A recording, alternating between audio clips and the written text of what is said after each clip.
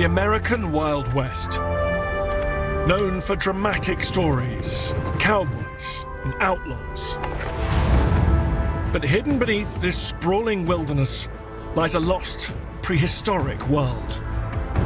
Tens of millions of years ago, the West was truly wild. It was tropical and humid, lush, green vegetation, towering trees, and the distance, a vast sea. This was the stomping ground of the most gigantic creatures ever to walk the earth, the dinosaurs. As the dinosaurs became extinct 65 million years ago, their bones were buried, and their very existence remained hidden. But 200 years ago, all that started to change as explorers flocked to this area looking for fossils. And in doing so, they ensured that the Wild West would be at the heart of a ruthless dinosaur gold rush. Now I'm on the hunt for the astonishing story of those cutthroat discoveries. The fossil collectors would spy on each other. They hated each other vehemently. Wow. I'll be uncovering incredible details about the world's most iconic creatures. I'm gonna put that in your hands very carefully. That's so cool. And revealing the very first discoveries of some of the most amazing dinosaurs of all time. Triceratops, T-Rex, and the most famous of them all, Dippy, the Diplodocus. This is the incredible story of the greatest dinosaur discoveries and how the Jurassic world really came to life.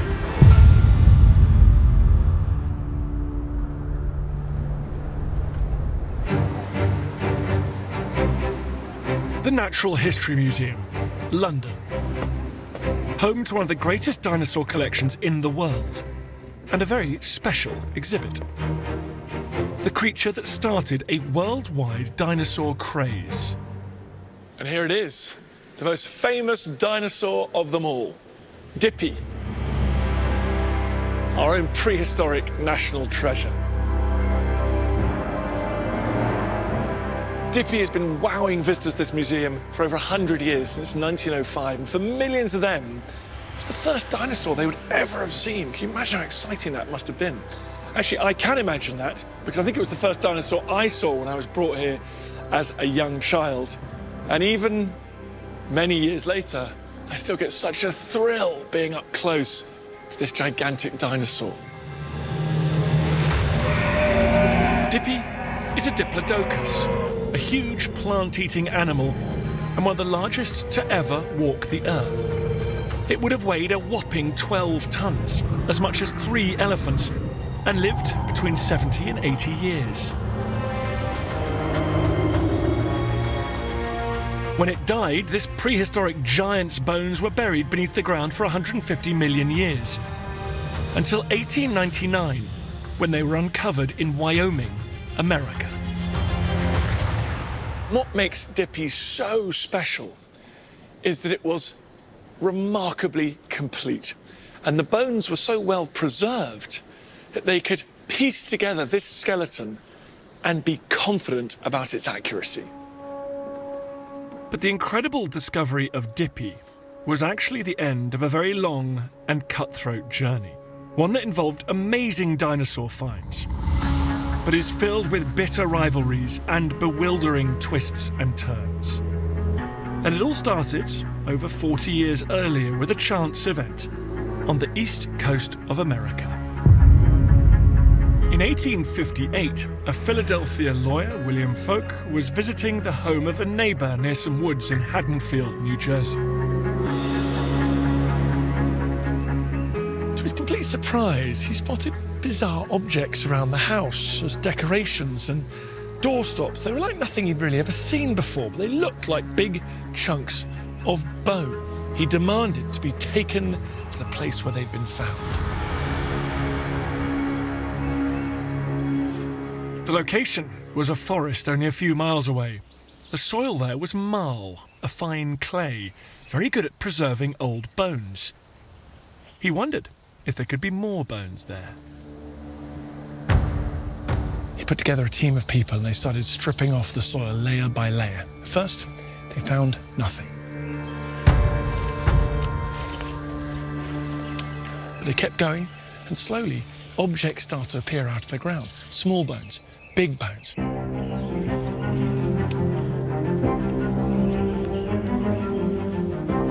Folk knew that he could potentially have something remarkable in his hands here.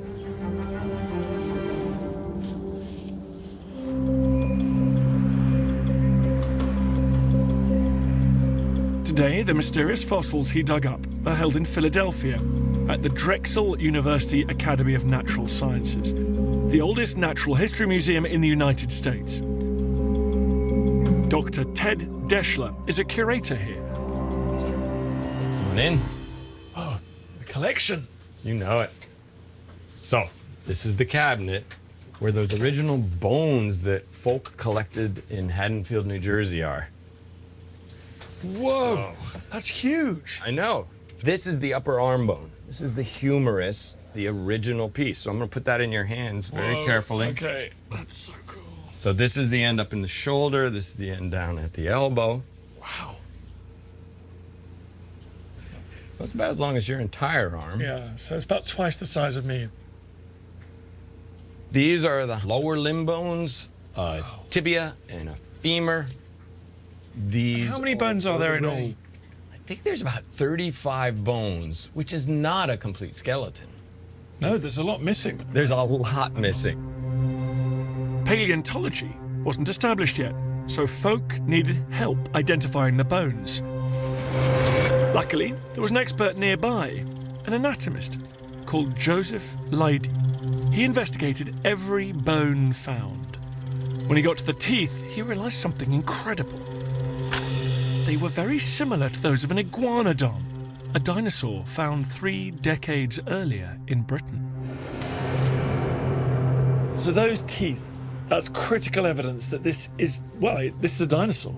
Yes, it compared exactly to what was previously known of dinosaurs, but it was different as well. So it's not an iguanodon. It's not an iguanodon. This was the very first dinosaur found in America. Leidy named it Hadrosaurus, meaning bulky lizard, Folkii, after William Folk. You see, he's worked out as a dinosaur, far more complete than anything in Old England. This is groundbreaking. Absolutely. It was a revolution. It was the beginning of understanding dinosaurs. It's so amazing to think that this astonishing discovery could have just remained unnoticed. But now that it had been discovered and it had been brought here, the question is, what did this animal look like? Leidy started trying to put it together, but he only had 30% of its bones. This was a marriage of science and imagination. It took 10 long years to complete it. Here are some great images of that original attempt to rebuild the dinosaur. You've got to remember that Leidy didn't know what he was aiming for. He didn't know what this dinosaur would actually look like. But he did understand the anatomy of animals in the world around him. He looked at these bones and he thought there was something similar to the kangaroo going on. So you can see that he's placed his skeleton in an upright stance, strong hind legs, arms sticking out, a bit like a kangaroo. The head, which he had very little evidence for at all, well, he just got this made up based on the iguana's head. It was the first time anyone had tried to reconstruct a dinosaur using its actual bones.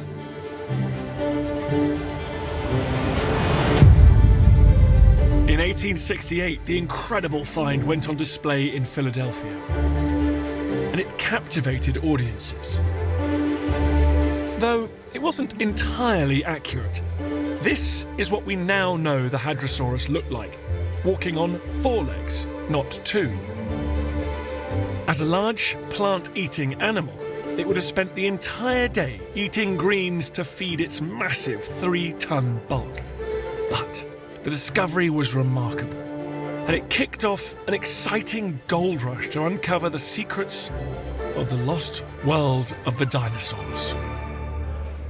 Fossil hunters now descended on the marl pits of New Jersey, desperate to get their hands on some dinosaurs. Sadly, most went away empty-handed. But, as luck would have it, tantalizing clues were being discovered elsewhere in America.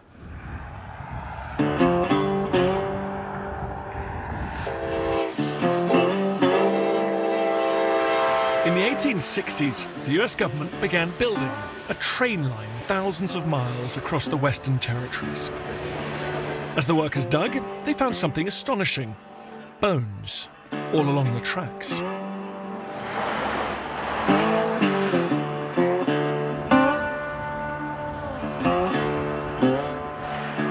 I'm heading into the Wild West, following in the footsteps of those early dinosaur hunters.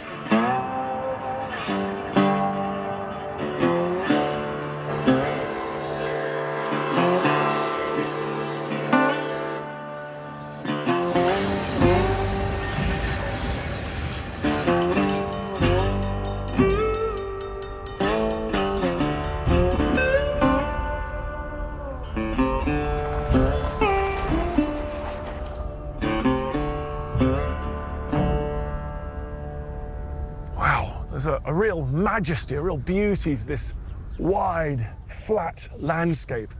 Big sky country. It's pretty dry, pretty arid, doesn't look great for agriculture. In fact, the Native Americans that lived in this area used to call it Mako Sika, the Badlands. In 1868, a Yale University professor called Othniel Charles Marsh took the train on a trip west. While his fellow passengers were on the train heading west, seeking a new life and opportunities, he was there for a rather different reason.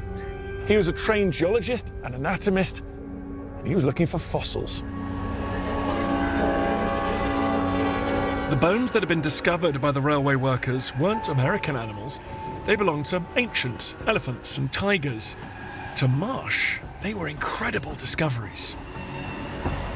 The fact that there were no longer elephants or tigers present in North America made him think that, well, if that much had changed, then surely anything was possible. Perhaps once these lands had been roamed by dinosaurs. It may have seemed like a long shot, but if his hunch was right, he could be about to discover the remains of dinosaurs.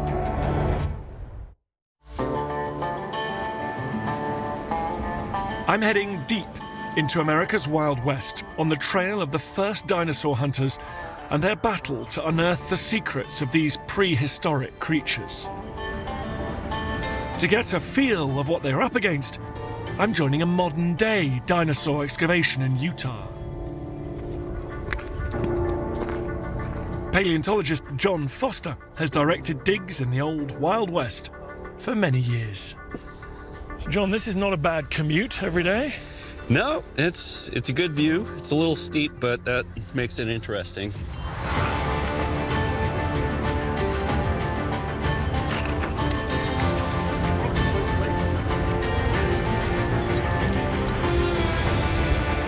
What are we digging out behind us now? We have a sauropod pelvis, and we don't yet know what kind of sauropod it is. So sauropod, a giant plant-eating dinosaur, like Dippy, like the Diplodocus. Exactly, yes. In fact, this could be a Diplodocus. We don't know yet. We need to get a better look at some of the vertebrae from the back to tell for sure. The first dinosaur hunter to come out west was Othniel Charles Marsh, way back in 1868. John, tell me, Marsh, the trained geologist, what's he seeing in this landscape? Is it giving him hope? What we're looking at here is a sandstone, a pretty fine sandstone, and there is some siltstone and mudstone mixed in that represent a river channel that was flowing at the time. He would have recognized these types of rocks as being the kind of that you wanted to look at to find animals. With evidence for exotic animals and soil conditions that seem to favour the preservation of fossils, Othniel Charles Marsh was convinced that he'd found good hunting grounds for dinosaur bones. Can you imagine his excitement? Rather than travel the world, he can now just hop on a train and find himself in rich hunting grounds like this. But Marsh was not the only one to be tantalised by the Wild West. A young explorer, Edward Drinker Cope, had also been captivated, and he was just as driven. Cope and Marsh first met in 1864, and initially they were friendly. And then something happened that ruined their friendship. Cope received a set of intriguing vertebrae found in Kansas and tried to put the mysterious animal together as accurately as possible. This is what Cope came up with. It's a strange-looking creature, impossibly long tail, very short neck. But he thought, you know what, they're strange-looking creatures anyway. Marsh then came out publicly against him and ridiculed his build. He pointed out the head was on the wrong end of the body. This was really embarrassing. Today we know the animal as the Plesiosaur elasmosaurus. It lived around 80 million years ago and weighed just over 2 tons. It was about 34 feet in length, but 23 feet of that was just the neck. It's one of the longest-necked creatures to have ever lived. Plesiosaurs were not dinosaurs, despite living at the same time as them, but marine reptiles. Their legs spread out at the sides like a modern lizard or crocodile, unlike dinosaurs, whose legs were positioned under their bodies.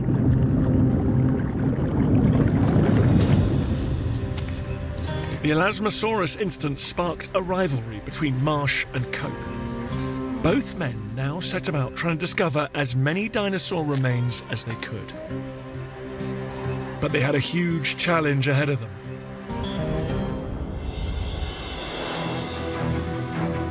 The lands they wanted to investigate were centered in Wyoming and Colorado, with other promising hotspots in nearby states.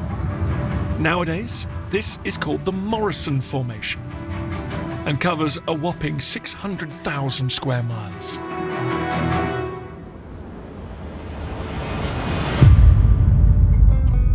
In 1870, 2 years after his first train journey, Marsh organised a trip into the vast wilderness of the Morrison Formation. His biggest concern was safety. American westward expansion meant encroaching on Native American land. It's a very troubled history. As the American settlers moved west, they clashed with Native Americans who'd inhabited that territory for centuries, like the Lakota. Marsh was not alone. He was accompanied by a group of wealthy Yale students to help him hunt for dinosaurs, all ready for the rough ride. And to be safe on their dangerous journey ahead, they hired military escorts from the many forts built across the Wild West. The plan was to scout either side of the Union Pacific Railroad and do some shallow digging, check if there's any potential for dinosaur fossils. They were going to comb over a gigantic chunk of territory, and they were going in blind. Nowadays, it's hard to imagine what that journey into the unknown wilderness, hunting for prehistoric creatures, would have been like 150 years ago. But I want to get a taste of it.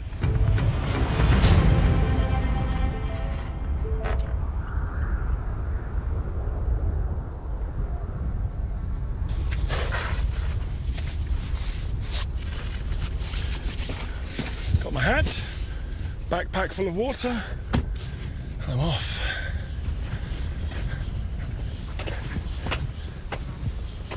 Off into the dry lands that promised dinosaur bones.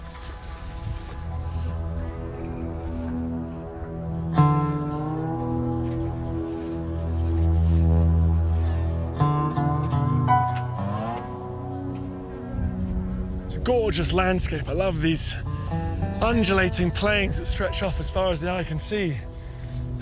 There's no big trees, no shade anywhere.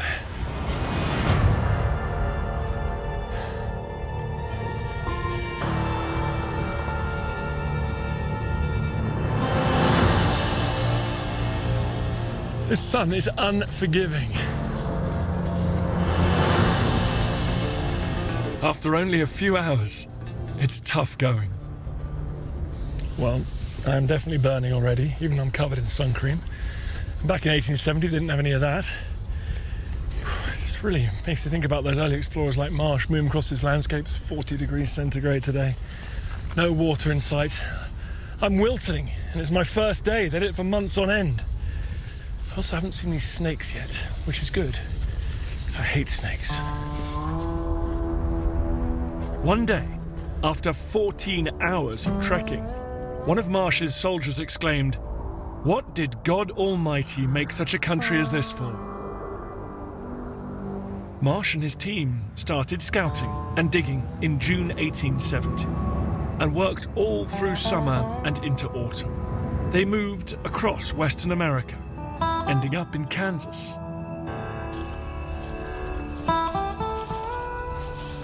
By November, they were exhausted. Months of trekking and camping had seriously affected their health. They had found lots of fossils, but all of them were mammal fossils from after the extinction of the dinosaurs 65 million years ago. Marsh wanted evidence of dinosaurs. As autumn was turning into winter, Marsh and his team were getting ready to leave Kansas and head home. But he had one last lead. Cope's head in the wrong place. Elasmosaurus had come from Kansas, and Marsh was hoping he could find one in Kansas too, preferably one a lot bigger than Cope's. On the last day of the expedition, for some reason Marsh just didn't want to go back to the camp. And I have his account here. He went ahead with just one soldier for protection, and that soldier started to get very jumpy. He writes here that it was after sunset, but he was still working his way along the riverbank. Suddenly, something stopped him in his tracks. He spotted a mysterious object sticking out of the ground. It could have been a rock, but to Marsh's trained eye, it looked like a bone. At long last, Marsh had discovered something. I brought with me an exact replica of what he found that day. I must say, I'm not sure I would have spotted it on the riverbank, but he certainly did have a trained eye. It looks very bird-like, but you can see this piece at the end suggests it was a different animal entirely. He needed to find out what animal it belonged to, and that was no easy task. Marsh spent week after week going through the world's scientific literature. After about a month, that hard work paid off. He discovered that bones had been found in Bavaria, Germany, that bore a strong resemblance to the bone that he had discovered. So, to his great surprise and satisfaction, it became clear that he had discovered part of a pterodactyl, a flying reptile that lived 100 million years ago during the age of the dinosaurs. Amazingly, this was the first pterodactyl bone to be discovered in America. Others had been found in Europe, but they were nowhere near as big. Pterodactyls were carnivores, great hunters who fed mainly on small animals. They had huge leathery wings, long and large necks and heads, and they are still the largest known flying animals. The bone Marsh discovered in Kansas was from the pterodactyl's wing. From that small fragment of bone, Marsh was able to calculate the wingspan of the pterodactyl, which was an impressive 20 feet. It was truly a gigantic dragon, he wrote, even in this country of big things. It was such an exciting moment. Here, finally, was the proof that there were the bones of dinosaur-age animals out here in the West. But Marsh wasn't the only one hunting for dinosaurs in this vast wilderness. Edward Drinker Cope was also combing through the badlands of Western America. Tracked across western Kansas, searching the same terrain in which Marsh found his pterodactyl, he scoured the banks of rivers, creek beds, cliffs, ravines, and he found fossils, but they were of giant fish or sea turtles. No sign of a dinosaur. But true to form, he kept going.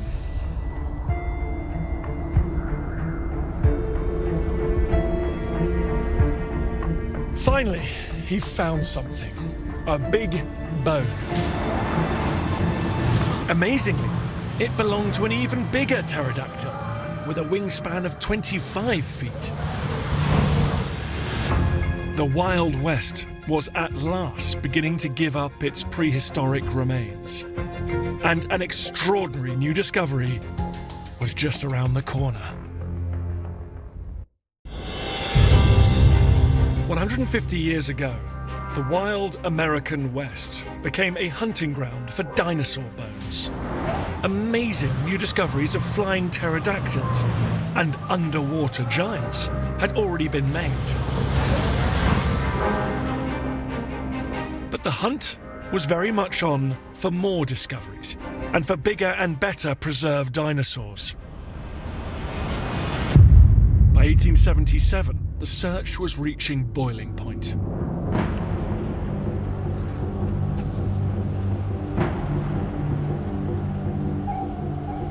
One afternoon that spring, a school teacher from Colorado called Arthur Lakes was exploring the Rocky Mountains with his friend. They were walking along a creek when he spotted what looked like a strange old tree trunk. He took a closer look, and it appeared to be, to his untrained eye, a bone.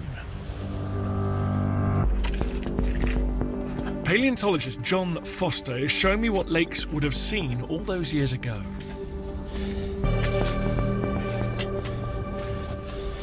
Well, here it is. Wow. At first, it looks like a bit of rock, doesn't it? It does. It's very similar in color to the rock, but it's got a totally different texture. Yeah. And you can really see the shape pretty well, at least on this end. And is that a leg bone? Yeah, it's a thigh bone, so a femur. This is actually the color that the bone is after it's been exposed to the sunlight for a while. This kind of bluish gray color is very typical of bone in most settings once it's been out on the surface. Presumably, Lakes wasn't a paleontologist, right? So he didn't know what that was. He recognized that it was some type of very large ancient animal, but he didn't know exactly what kind. Lakes needed an expert opinion, so he wrote separately to the two men who started the hunt for dinosaurs, Marsh and Cope. Marsh responded first and sent an agent to the site. I've got a letter here from Marsh's man on the spot, his agent.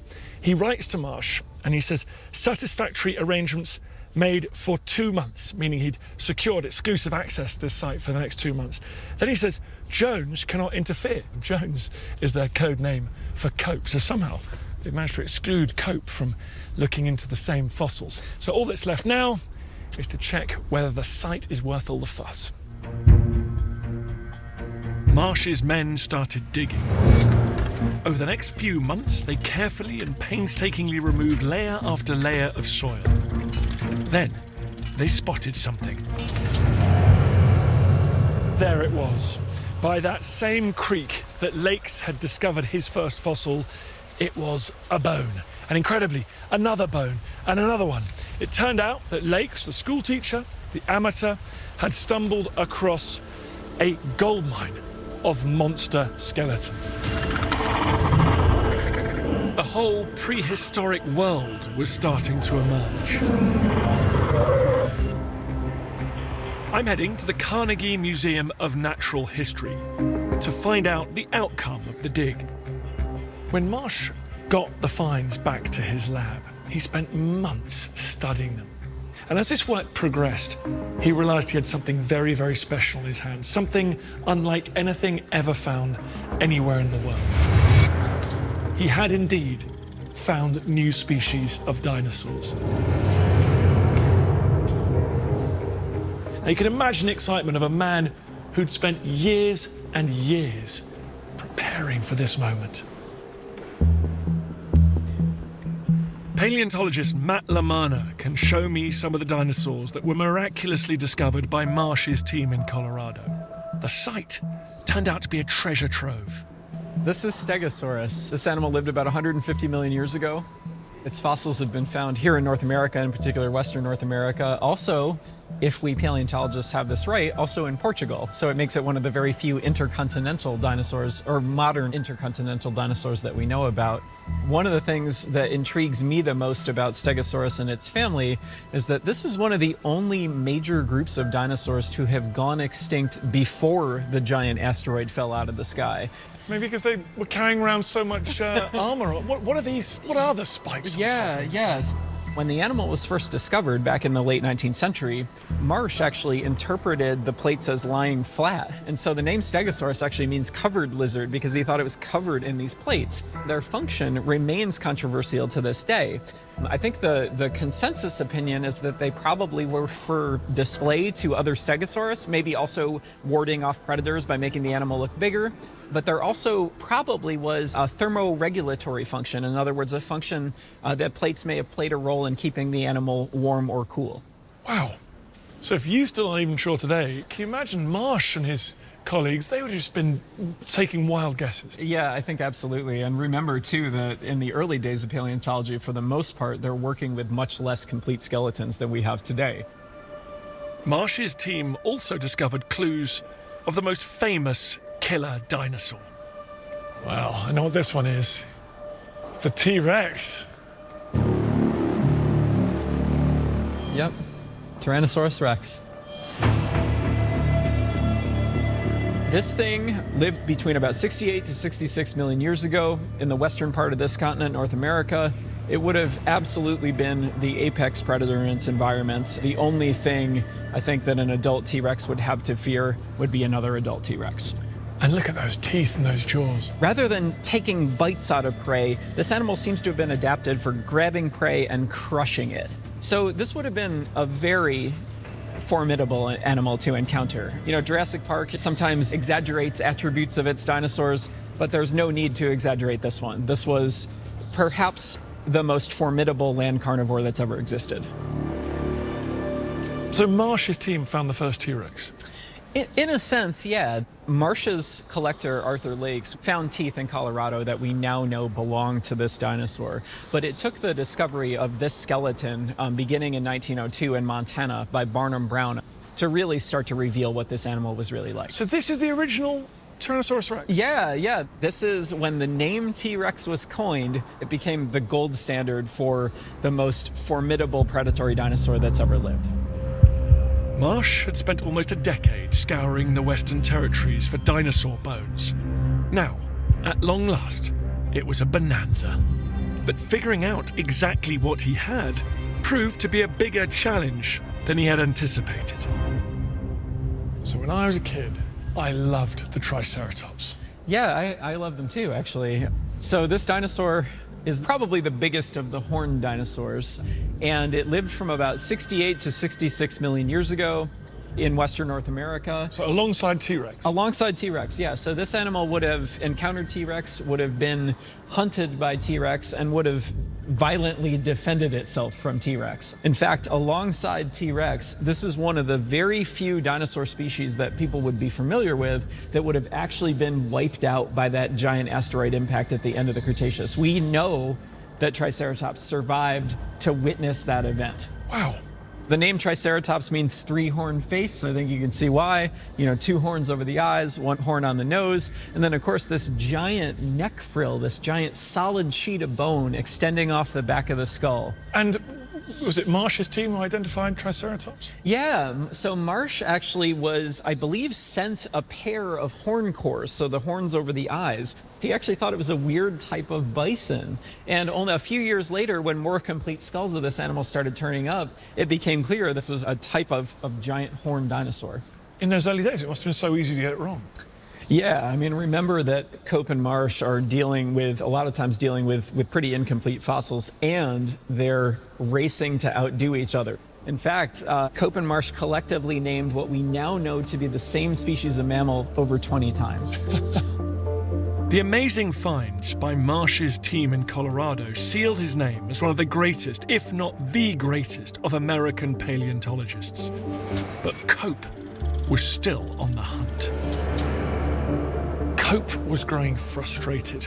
And that same year, 1877, he decided to follow Marsh to Colorado. He pitched his tent nearby. Can you imagine how annoying that must have been? And then he started digging. Marsh was digging in Morrison, Colorado. Cope set up camp only 100 miles to the south, in Canyon City. Soon, he too started to find bones. He hit the jackpot, and it was a big jackpot, literally. Canyon City turned out to be full of dinosaur bones. Cope found a Camarasaurus, like this one here, and it was the biggest dinosaur ever found at that point in history. The Camarasaurus was a huge plant-eating animal that lived 150 million years ago, during the Jurassic Age. The largest of the species would have weighed close to 52 tons. Just one tooth would have been 7.5 inches long.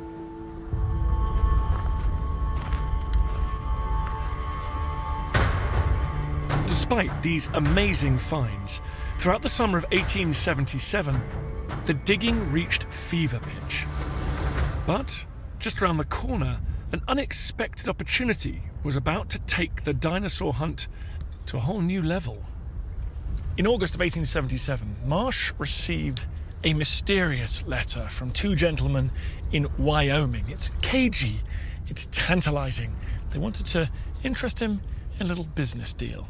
They told him that they'd found a large number of fossils, in particular a big one, possibly bigger than anything found in Colorado. They say here, as you're well known as an enthusiastic geologist and a man of means, both of which we're desirous of finding, more especially the latter. They're saying, let's see how rich you are. Now this was very interesting for Marsh. It seemed like there might be a new, rich seam of fossils out in Wyoming. The big thing was to get there first.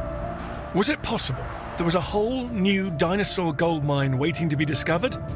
Marsh was about to find out.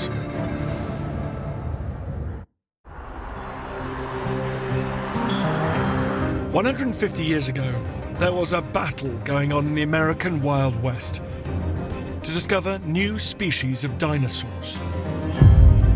In the burning summer of 1877, one man was chasing an exciting new lead. Marsh had received a tantalizing letter from Como Bluff in southeastern Wyoming, so I'm heading there now. Como Bluff is around 200 miles north of the very rich fossil fields of Colorado, but the letter promised much bigger and better fossils. So Marsh was determined to check if it was true. I'm going to get an expert introduction to this amazing site with paleontologist Melissa Connolly. Hey, how's it going? Hey, welcome. Nice to meet you. Nice to meet you. Welcome to Jurassic Park, huh? What a great landscape. Yeah, isn't it beautiful here? Melissa has been digging in Como Bluff for almost 30 years and knows all the hidden spots where the rocks tell stories from millions of years ago. What's going on down here? Well, this is the star of the show. These are dinosaur footprints. You've got to be kidding me. No, check These out. enormous holes in the ground. Yeah, these are sauropod tracks. So this is a big footprint right here. This whole hole right here is just one footprint. And it is the hind foot of a sauropod where he just stepped down in to the mud, and he was so heavy he pushed right through that muddy layer into the soft sediments below. And the impact pushed up this ridge here, this rim, which we call the impact rim. And then what, a flood came and put down a layer of sediment and then they were preserved forever? Exactly. And then the water rose and the muds came in and filled in all these little holes and preserved it forever. Is that one there and is that something there as well? Exactly. So we have the sauropod walking along, and we have other sauropods walking along, different sizes, and then we have theropods walking as well. So there's lots of little theropods running along there, looking for something to eat, I'm sure. This is evidence of dinosaurs not dead, but alive. Exactly, they're living. This is behavior, fossilized dinosaur behavior. The footprints here reveal a lost world, locked in a moment. It was filled with meat-eating dinosaurs known as theropods, the great hunters of the prehistoric age.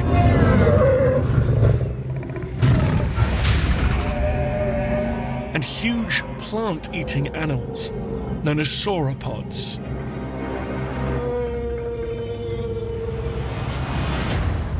Now listen, I don't want to get too dramatic here, but this could have been Dippy. It could have been Dippy, yes. Oh my goodness. This could have been Dippy, yeah. These many tracks in the soil show just how incredible Como Bluff is at preserving traces of the prehistoric past. But in 1877, no one had a clue. until one man arrived at the scene and found something even more intriguing.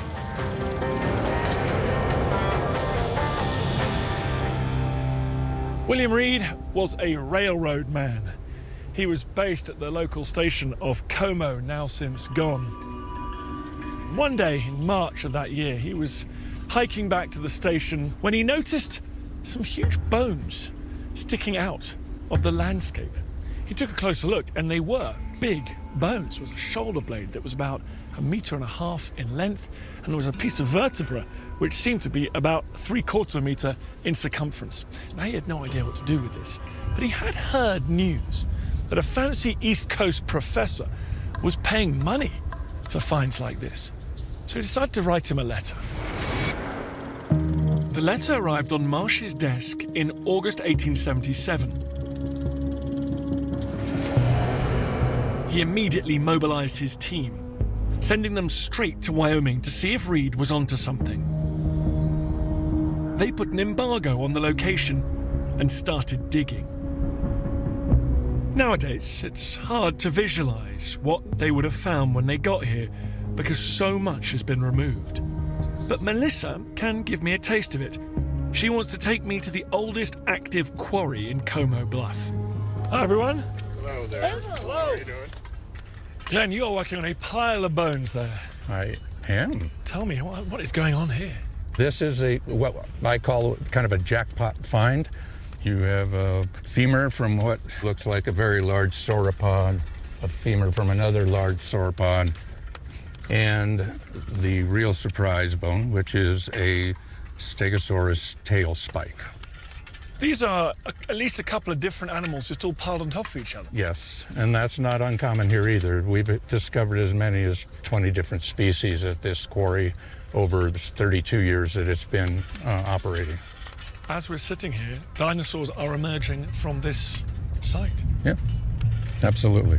And these are all Jurassic age. Como Bluff seems to be a dinosaur gold mine.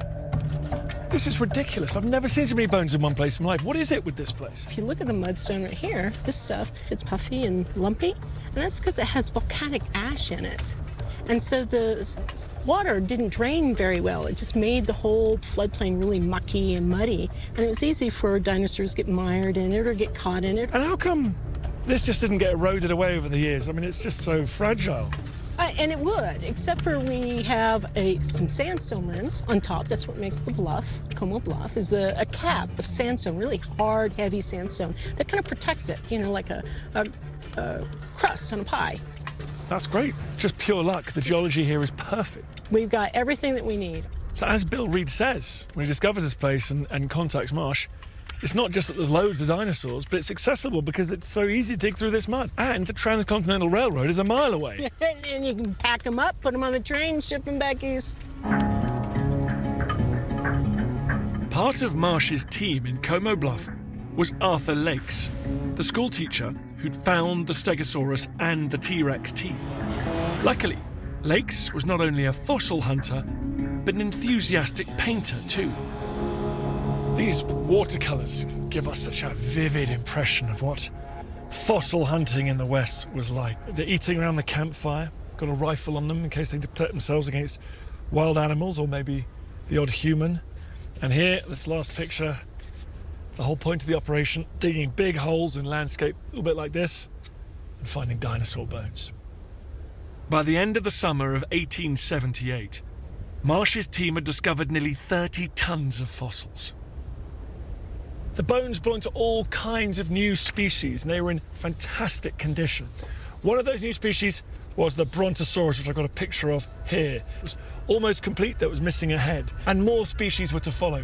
The American Wild West was really delivering. These finds were revolutionizing science. So far, Marsh's team had been digging in these rich fossil fields alone.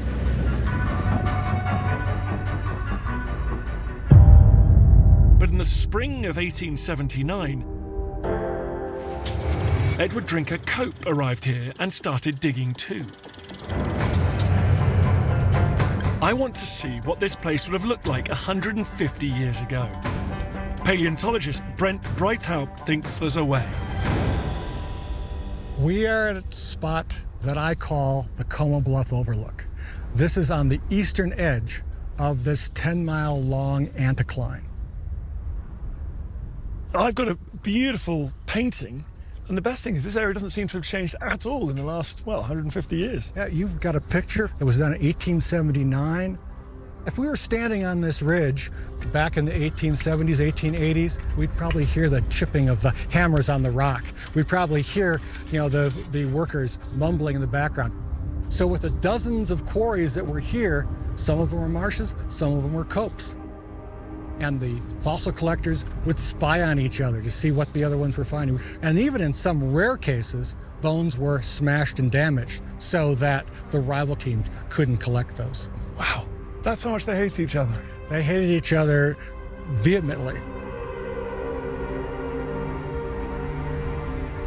Cope and Marsh had finally found the best place in America for dinosaur fossils. In fact, they'd found the best place in the world. Nowhere else on Earth at the time could match what was being found here. The dinosaur discoveries in Como Bluff were groundbreaking. But an even more amazing location was about to be found, and the discoveries would be astonishing.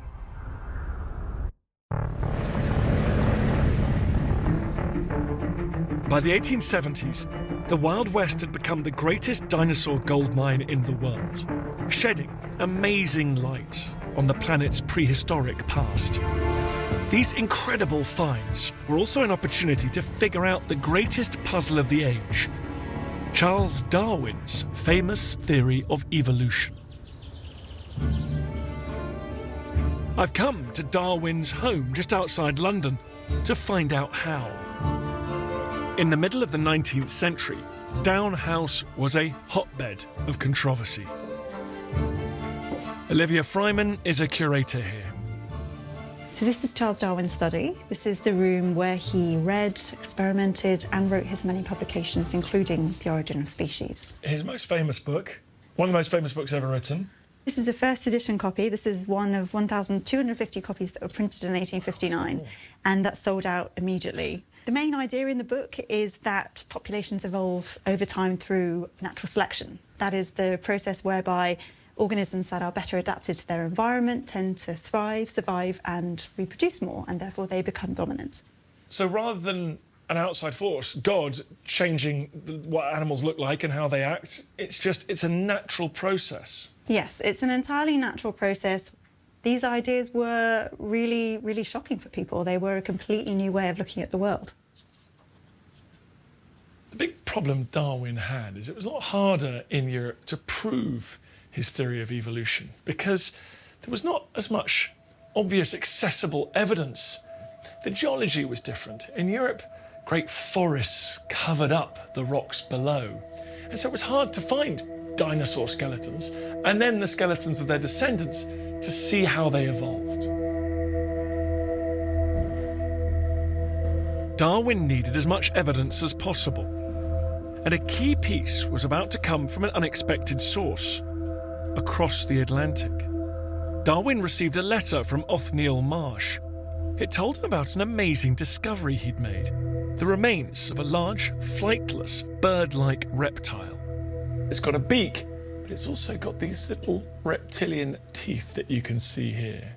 And that proved for Darwin that birds and reptiles had both evolved from the same common ancestor hundreds of millions of years ago in the time of the dinosaurs. It represented a bit of a missing link. It helped to prove his theory of evolution. The Hesperornis lived 80 million years ago. To Darwin, this creature bridged the gap between dinosaurs and modern birds because its toothed jaw had recognizable traits from both. It was essential evidence that birds today are descended from meat-eating dinosaurs. This was evolution caught in the act, like a missing piece in a puzzle. This letter was written in this house by Darwin in 1880, and he says to Marsh that he admires his work and he thinks it affords the best support of the theory of evolution which has appeared within the last 20 years. That's high praise from Darwin. Back in America, the hunt for dinosaur bones in the Wild West carried on throughout the 1880s, with Marsh and Cope funding large-scale expeditions. By 1890, the Bone Wars had been going on for 20 years. Just imagine that, spending 20 years obsessing about what the other person is up to. It had a terrible effect on their lives. Marsh had become a loner. Cope, for his part, had spent so long out west, his wife left, taking their daughter with her. It was a sorry state of affairs. In 1896, Cope got ill and died the following year. Marsh died 2 years later in 1899. Their dinosaur gold rush had finally come to an end. Between them, they had discovered over 130 new species of dinosaur. Incredible. They'd shone a light on a previously unknown age in our planet's history. At the time, they were towering figures of science, the two most famous paleontologists in the world. Before Marsh and Cope, there were only 9 named species of dinosaur in North America, and very little was known about them. The two of them added 136 more species. Among them are some of the most well-known dinosaurs today: Triceratops, Diplodocus, Stegosaurus, Camarasaurus. But also many others. The Allosaurus was a gigantic meat-eating dinosaur that lived around 150 million years ago during the Jurassic Age, and was one of the first carnivore dinosaurs to be discovered. It turned out to be the most abundant large predator in the prehistoric Wild West. Another giant to be discovered was the Brontosaurus, a massive 70-foot creature that lived in the Jurassic Age and mysteriously died out around 145 million years ago. It had a long, thin neck and a small head adapted for a herbivore lifestyle. Their many finds defined the field of paleontology and revealed a secret prehistoric world that was filled with gigantic animals. But there was one thing they hadn't quite managed to achieve: find a complete dinosaur and put it together for the wider public. Marsh was closest to achieving this. His team found a good Brontosaurus skeleton, but it was missing a head. Luckily, one man kept on digging. By the 1890s, William Reed was employed by the University of Wyoming as a fossil hunter. One day in 1896, he was walking through his old stomping grounds here at Como Bluff, and he saw something that he couldn't quite believe. Amongst the sandstone, he saw a truly gigantic thigh bone. Like in the days of the Bone Wars, Reed wanted to sell the find to make a profit. But Marsh and Cope weren't around anymore, so he needed to get the attention of another buyer. He thought a bit of publicity might help. Matt Lamana can tell me more. This is an article that appeared in the New York Journal and Advertiser in December 1898, describing a discovery that had just been made by Bill Reed in Wyoming. And it's very over the top. It's got the best headline I've ever read in my life. Most colossal animal ever on Earth just found out west. But my favorite is actually not the headline itself, but the subtitles, such as, "When it ate, it filled a stomach large enough to hold 3 elephants." And is this the man? This is the man who discovered it? Yeah, that's him. That's William Harlow Reed, Bill Reed, shown with what is claimed to be the 8-foot thigh bone of the monster discovered in Wyoming. This article was not the only one that appeared about this discovery.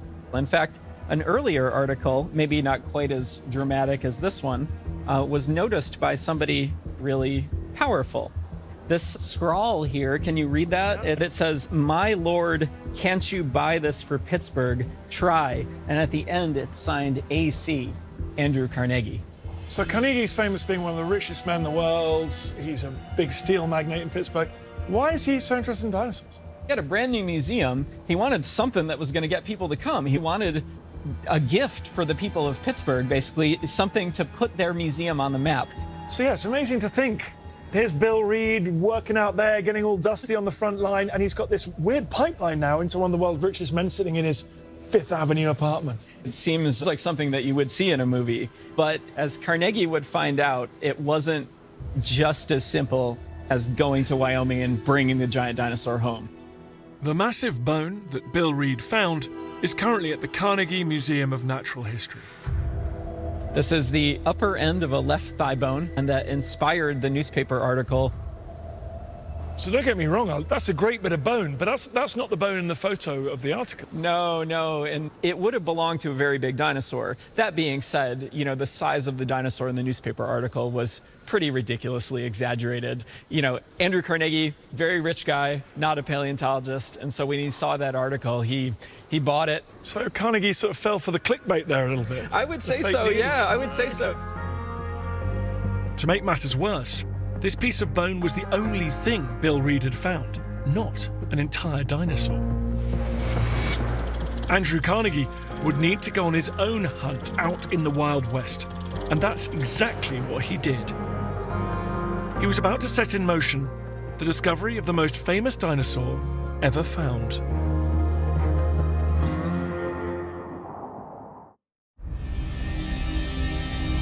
The Como Bluff area in Wyoming, once the site of some of the greatest dinosaur discoveries ever made, now attracted the attention of a man with bottomless pockets.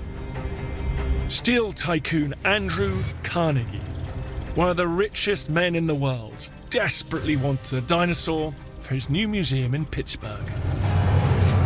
Although Bill Reed had found a huge bone, he didn't actually have the rest of the dinosaur to go with it. That didn't stop him, though, from promising it to Carnegie and his team. All he needed, he said, was a load of cash to dig it up.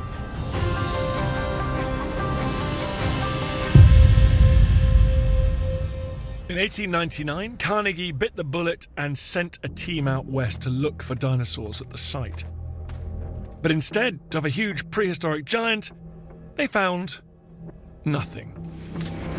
Bill Reed had to come up with a backup plan quickly. And somehow, he had a hunch that another spot, a very remote place few people knew about, might offer a solution.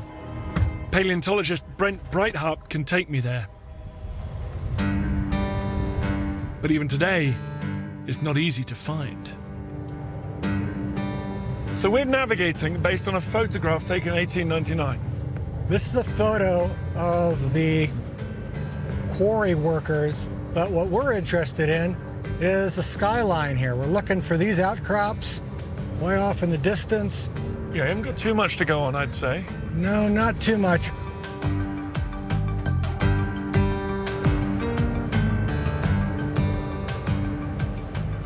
Last time I was here was about 15 years ago.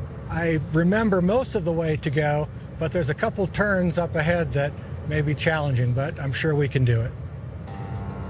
I have great faith in you. As well you should.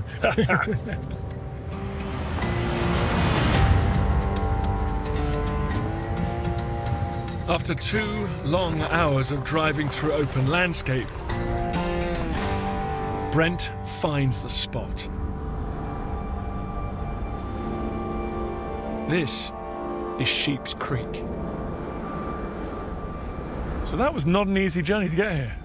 Very few people have ever come out here. And so the roads that we were following were barely roads. Carnegie's team started digging at this remote spot. The months rolled on. Spring came and went, still no finds. In early July, it had been 3 months of disconsolate digging and nothing to show for it. As summer approached, the air became hot and filled with flies. The strong wind carried dust and tumbleweed. Worst of all, the temperature soared. Carnegie's team kept going. They didn't give up despite the harsh climate, the heat, the wind, the thunderstorms. They kept digging.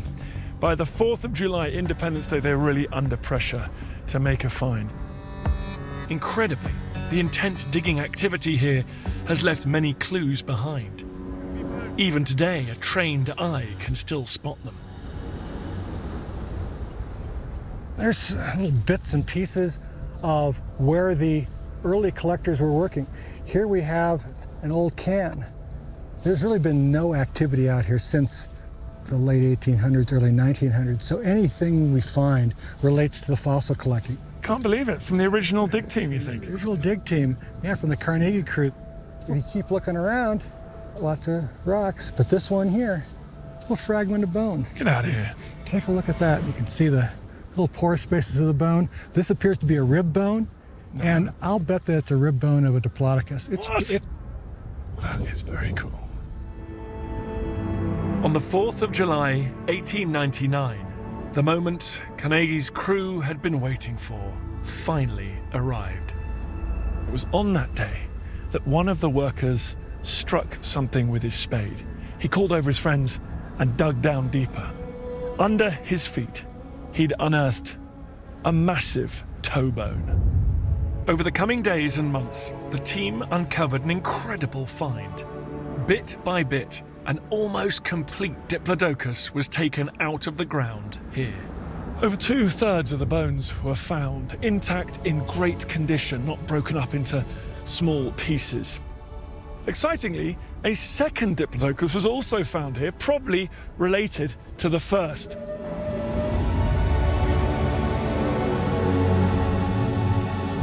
They'd lived together, traveled together, and died together.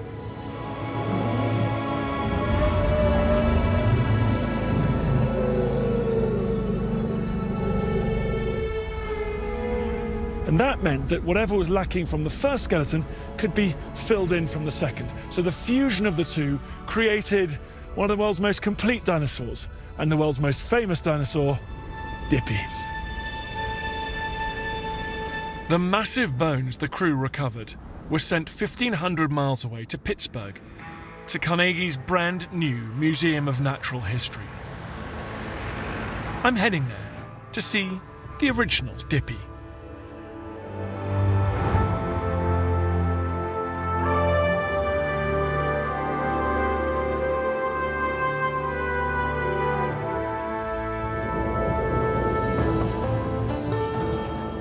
These are the actual bones taken out of the ground in Wyoming. The most complete Diplodocus ever found. The pinnacle of 30 years of dinosaur hunting in the Wild West.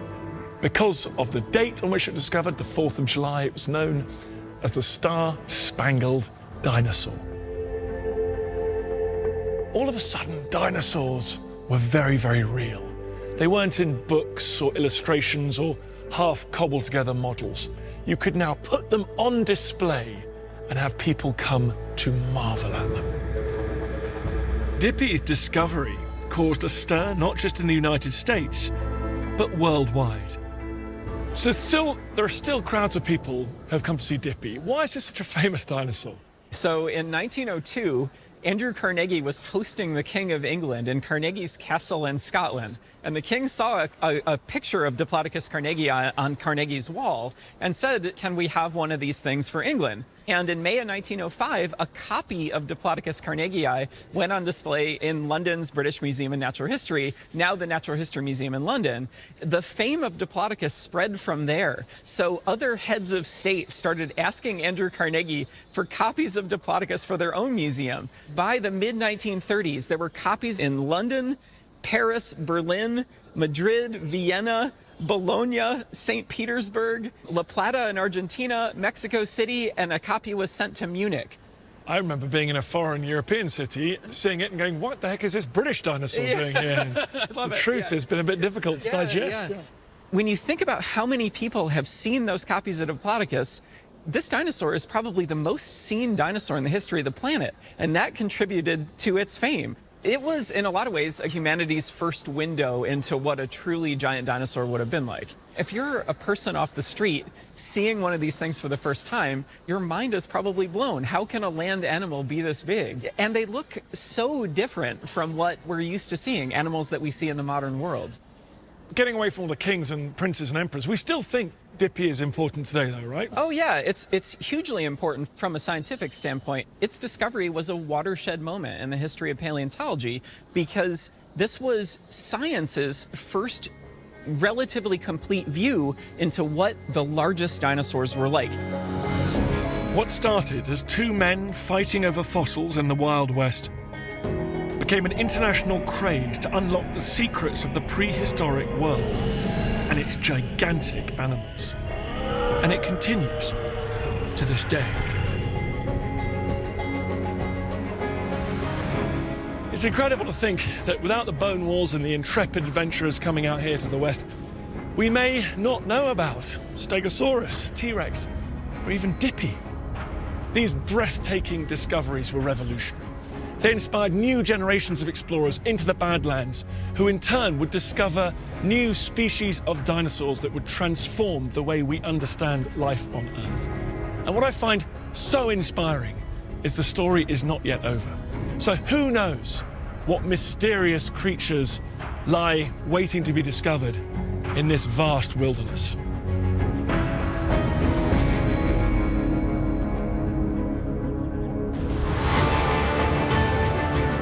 It's a very special Inside the Tower of London tomorrow. Don't miss that, new at 8. Brand new next Wednesday at 9, home to Britain's most notorious criminals. We venture into high security HMP Full Sutton in Evil Behind Bars. Coming up, the critical care team race to free a motorist trapped after crashing head-on with a tractor. Ambulance Code Red is next.